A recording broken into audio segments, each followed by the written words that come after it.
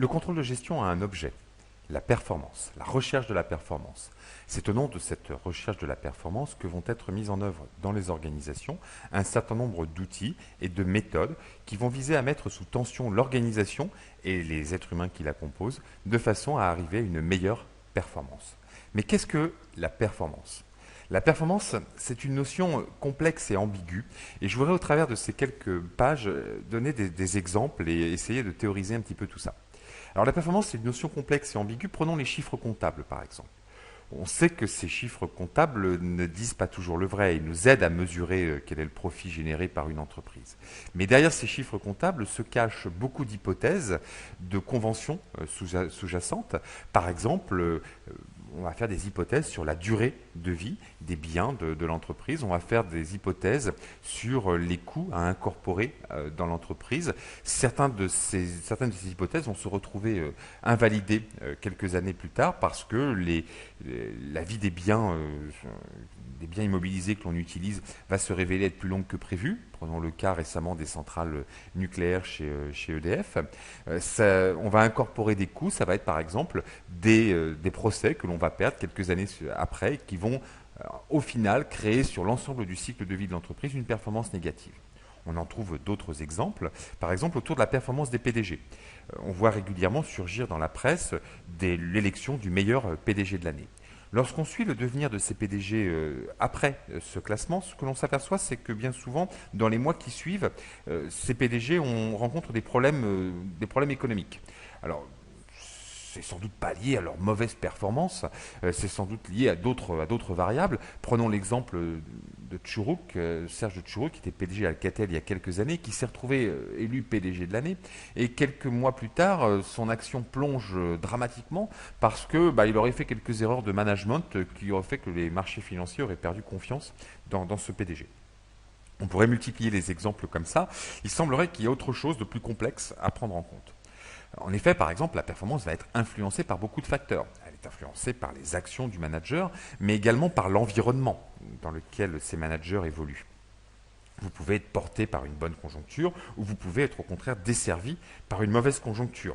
Napoléon, un grand manager devant l'Éternel, ne s'y trompait pas. Et lorsqu'il voulait nommer un général maréchal, il lui posait une question, avez-vous de la chance? Êtes-vous porté par l'environnement? La performance est également un construit. C'est quelque chose que je peux expérimenter au quotidien en tant que prof. À partir du même cours, en fonction du public que j'ai en face de moi, la performance ressentie par ce public et par moi-même sera très très différente. Sur des publics qui ne participent pas, j'aurai des niveaux de performance qui seront très faibles. Sur des publics qui participent, en général, j'ai des niveaux de performance et des évaluations qui sont bien meilleurs. C'est-à-dire que la performance dépend de ce que je vais raconter, de la façon dont je vais le raconter, mais aussi de ceux qui reçoivent ce discours. On va le retrouver dans le cadre du sport, par exemple. Qu'est-ce que c'est qu'un bon match de tennis? C'est un match de tennis dans lequel les deux adversaires sont à peu près équilibrés et un match de tennis qui va durer, dans lequel il y aura des rebondissements et qui vont tenir en haleine le spectateur. Certaines fédérations sportives ont intégré cette composante de la performance, par exemple la fédération de basket américaine, où les clubs professionnels les moins bien classés d'une année seront prioritaires pour recruter les champions du championnat académique, de façon à rééquilibrer les forces entre les clubs et créer ainsi plus de suspense tout au long de l'année et intéresser des spectateurs. Un Tour de France où Lance Armstrong gagne tous les ans, finalement, attire beaucoup moins de spectateurs. Je passe sur l'idée que la performance peut être bonne pour quelqu'un et mauvaise pour une autre personne. Par exemple, c'est cette entreprise qui réalise de bons bénéfices, mais qui génère des externalités importantes. Et ces externalités feront que d'autres jugeront que la performance de cette entreprise, finalement, n'est pas si bonne que ça. Et puis enfin, rappelons que la performance est très relative. Une croissance entre 0 et 1 correspond finalement à une amélioration infinie de la performance, alors qu'entre 1 et 2, elle ne correspond qu'à un doublement de cette performance. Donc c'est une notion complexe, ambiguë. Je vais essayer maintenant de théoriser un petit peu tout ça. Une façon de définir classiquement la performance, c'est de dire que c'est l'optimisation d'un triptyque coût, délai, qualité. Il faut minimiser les coûts, améliorer la qualité, améliorer les délais. Le seul problème, c'est que améliorer les coûts va parfois se faire au détriment de la qualité. Et inversement, améliorer la qualité parfois nécessitera des coûts plus importants. Il y aura une interaction également entre la qualité et les délais. Donc au final, ce que l'on voit avec ce petit triangle, c'est que la performance est quelque part dans le triangle, on ne sait pas trop où. Elle est indéterminée et elle va dépendre des circonstances, du moment et bien souvent des personnes qui vont juger de la performance. Une autre façon de définir la performance, c'est de dire qu'il s'agit d'une recherche d'efficacité, d'une recherche d'efficience et d'une recherche d'économie. Alors, qu'est-ce que c'est que l'efficacité? C'est la capacité à atteindre ses objectifs. L'efficience, c'est atteindre les objectifs avec le moins de moyens possible. L'économie, c'est payer ses moyens le moins cher possible. Chacun de ces termes pose des problèmes en soi. L'efficacité, par exemple, lorsqu'on demande à un étudiant qu'est-ce que c'est que d'être efficace, on aura des réponses très variées. Certains vous diront c'est avoir 10 à la matière, d'autres vous diront je veux un 15 parce qu'il me faut une mention pour la suite. Certains vous diront bon, moi ce que je veux, je ne sais pas trop, en fait c'est le diplôme que je veux. Certains vous diront moi je m'en fiche d'avoir le diplôme, ce que je veux c'est d'avoir un métier. Et d'autres vous diront encore je me fiche un peu de la note, moi ce que je veux c'est un métier pérenne pour les 10 prochaines années de façon à ne pas revenir en cours. Donc ici, la performance, vous voyez, en fonction du temps que l'on va prendre, on aura des choses qui sont très très différentes. L'efficience pose également problème. L'efficience, c'est la réduction des moyens mis en œuvre pour atteindre l'objectif. Le problème, c'est où se trouve le bon niveau de moyens mis en œuvre. On va gratter bien souvent, essayer de minimiser les moyens mis en œuvre, et on va le faire un peu par essai-erreur jusqu'à arriver à une situation où, boum, tout à coup, vous avez une catastrophe et ça déclenche des problèmes de sécurité. Par exemple, dans votre organisation, vous serez dans une compagnie aérienne, vous réduisez les dépenses d'entretien, vous réduisez le nombre de personnes qui pilotent les avions, et puis un jour, un avion s'écrase, on s'aperçoit que finalement, avec un troisième pilote, ça aurait peut-être été mieux. L'économie, c'est payer les moyens le moins cher possible. Le seul problème, c'est que lorsqu'on s'intéresse un peu plus au coût, ce qui sera l'objet d'une autre séance, on s'aperçoit que payer les biens les moins chers possibles, parfois fait qu'on ne prend pas en compte un certain nombre d'autres coûts, comme par exemple des coûts d'opportunité. Alors vous allez payer peu cher un certain nombre de moyens, mais vous allez déplacer ces coûts vers d'autres postes, vers d'autres lieux. Vous allez faire des économies pas chères, mais pour ça, vous allez nécessiter, vous paierez pas cher vos photocopies, mais il faudra qu'il y ait une secrétaire qui apporte dans un service un peu plus éloigné ces photocopies. On ne comptera jamais le temps que va passer cette secrétaire à amener les photocopies un peu plus loin. C'est un coût d'opportunité, donc on a du mal à l'évaluer. Et puis, il y a également des relations entre l'efficacité, l'efficience et l'économie. Donnons quelques exemples. Un étudiant qui voudrait être trop efficient et qui travaille du jour pour le lendemain risque fort de ne pas être très efficace. Donc ici, c'est un équilibre, un peu comme dans le schéma précédent coût-qualité délai, c'est un équilibre entre ces trois termes, efficacité, efficience, économie. Et les trois ne vont pas de soi. On est sur des dimensions qui sont interprétées à chaque fois. Aujourd'hui, on a affaire à des définitions élargies de la performance. Non seulement il faut être bon à long terme, avoir un profit soutenable sur plusieurs années, en évitant les effets comptables où tout à coup une performance serait plus élevée uniquement pour des raisons de choix comptables, ou parce qu'on aurait beaucoup tiré sur la corde à un moment donné, sans se soucier des conséquences plus tard, qui seront réintégrées dans le profit de l'entreprise via des procès par exemple, et qui feront monter les coûts quelques années plus tard. Donc il faut être bon à long terme. Mais il faut être bon aussi en préservant son environnement, donc en évitant de polluer, en restaurant les mines et les carrières que l'on exploite. Et puis il faut être bon en termes social et sociétal, en préservant les salariés, en préservant les riverains de l'entreprise. Donc une performance, vous voyez, qui devient tout de suite beaucoup plus complexe que celle que l'on avait précédemment, qui va se traduire par des schémas comme celui-ci, où on va chercher une performance globale, à la fois économique, environnementale, sociale et sociétale. Et vous voyez que les trois dimensions s'interprénètent. Et en fait, si on prend ce schéma qui est emprunté à Areva, on a 10 niveaux de performance. Mais comment arriver à une bottom line simple, une agrégation de l'ensemble des performances de l'entreprise? C'est des sujets sur lesquels des recherches sont encore en cours et les pratiques ne sont pas encore bien établies. Ça va donner des choses comme ça. On va mesurer la performance environnementale avec un grand nombre de ratios, mais comment arriver à une vision unique, globale? Alors on essaie des choses comme par exemple des représentations sous forme de diagrammes ici, mais on reste toujours dans des choses assez classiques où la performance va être quelque chose dont on discute, que l'on interprète en fonction de sa situation, en fonction des points qui nous tiendront à cœur. On aura des difficultés ici à agréger des données, on aura des difficultés ici à faire des comparaisons inter-sites et inter-entreprises, comment faire des benchmarks sur autant de dimensions. Voilà, certains réfléchissent à ces travaux, à tout ça, je pense notamment aux travaux de Daniel Titeka. On va retrouver exactement le même problème d'équilibre du côté de la performance publique. Évaluer la performance dans le secteur public, c'est l'évaluer du point de vue du citoyen, de l'usager ou du contribuable. Prenons l'exemple de la police. En tant que citoyen, ce que nous voulons, c'est que la police assure notre sécurité. En tant qu'usager, on voudrait ne pas être trop contrôlé par la police. Et en tant que contribuable, on voulait surtout ne pas payer pour la police.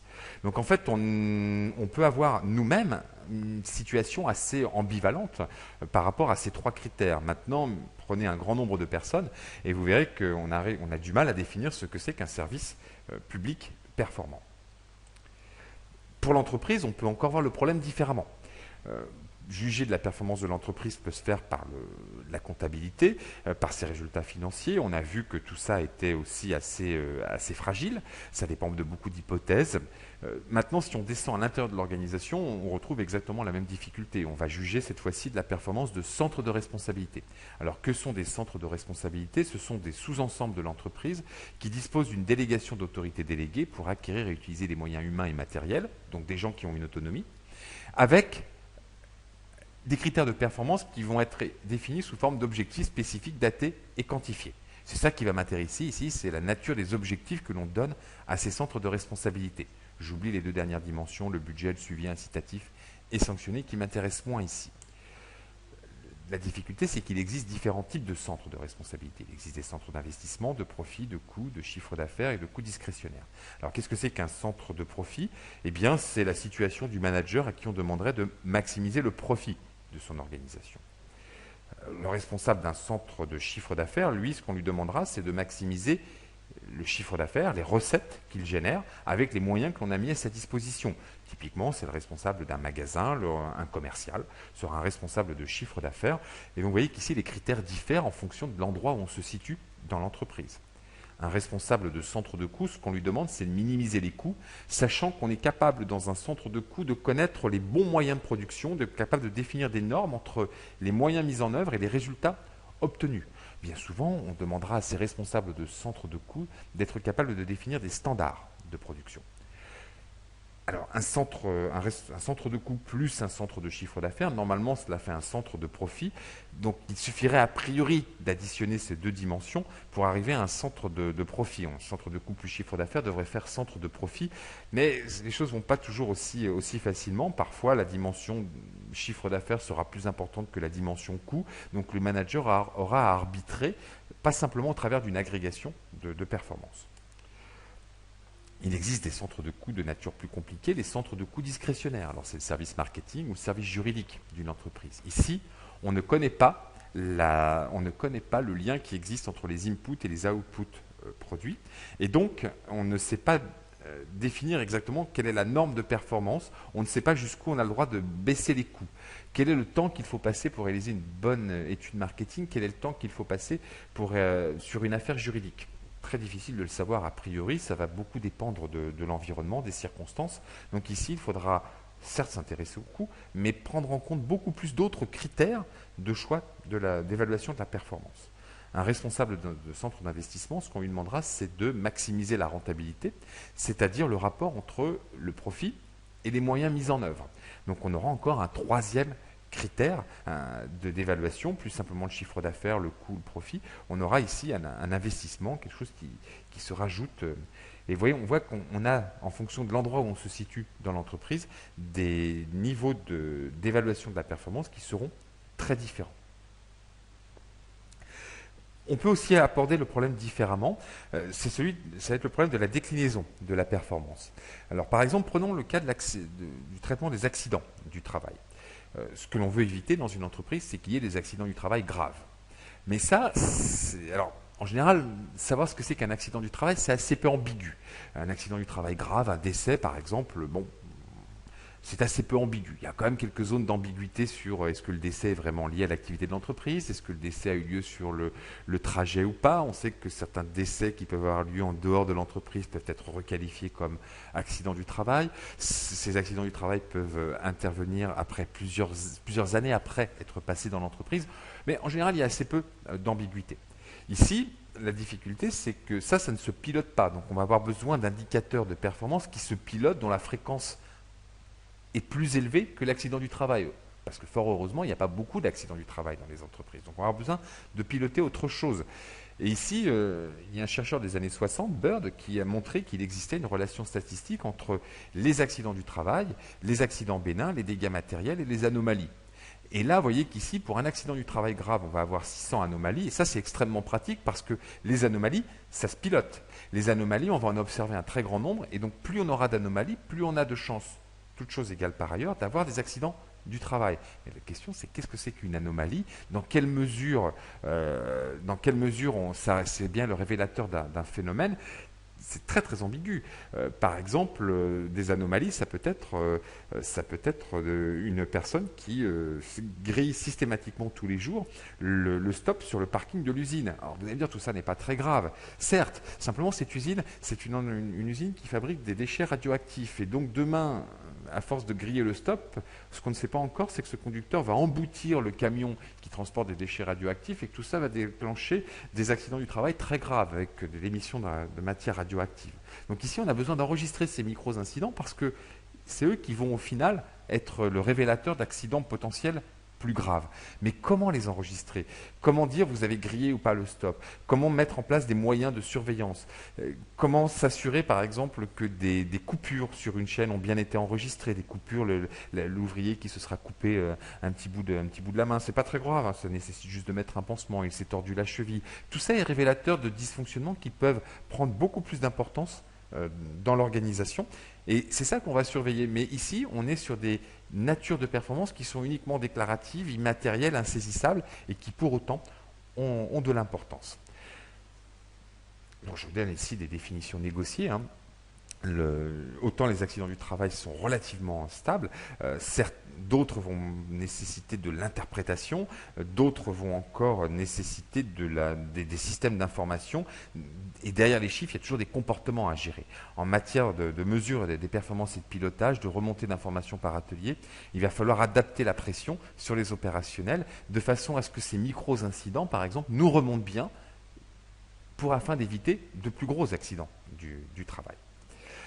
Je voudrais finir sur l'idée empruntée à un sociologue du chiffre, Alain Desrosières, pour autant polytechnicien, il n'a pas de problème avec le chiffre, qui nous dit que, en fait, tout ça vient peut-être, cette difficulté à mesurer la performance, du fait que la mesure de la performance, eh bien, le mot mesurer ne convient pas. Il est vraisemblablement inadapté aux sciences sociales parce qu'il emprunte beaucoup trop à la rigueur des sciences physiques.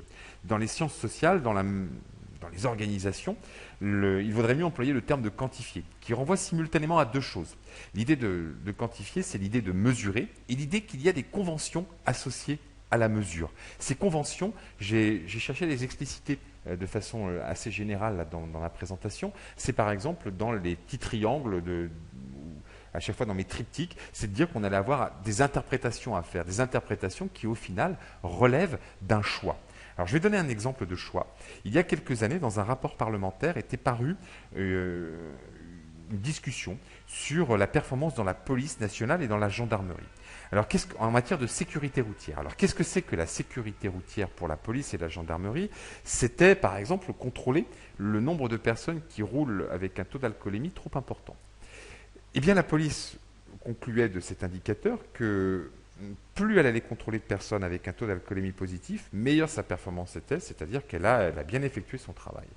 La gendarmerie en tirait exactement la conclusion inverse. Plus elle allait contrôler de personnes avec un taux d'alcoolémie positif, plus ça veut dire que son travail était mal fait. La peur du gendarme n'opérait pas. Donc vous voyez qu'ici on a un même indicateur, une même mesure de la performance, et pourtant de lectures très différentes de la performance, parce qu'elle renvoie à des conventions qui sont différentes. Alors, que sont ces conventions ici? Je pense que vous les avez trouvées par vous-même.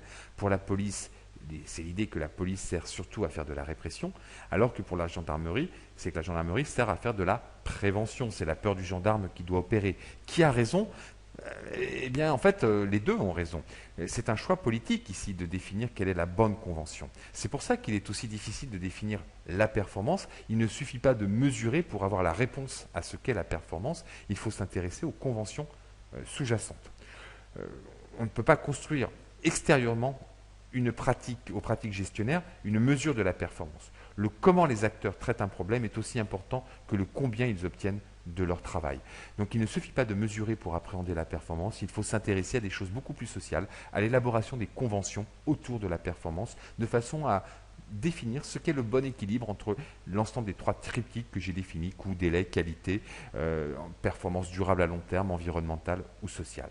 La mesure de la performance ne peut pas être extérieure à l'action sous peine d'être décontextualisée.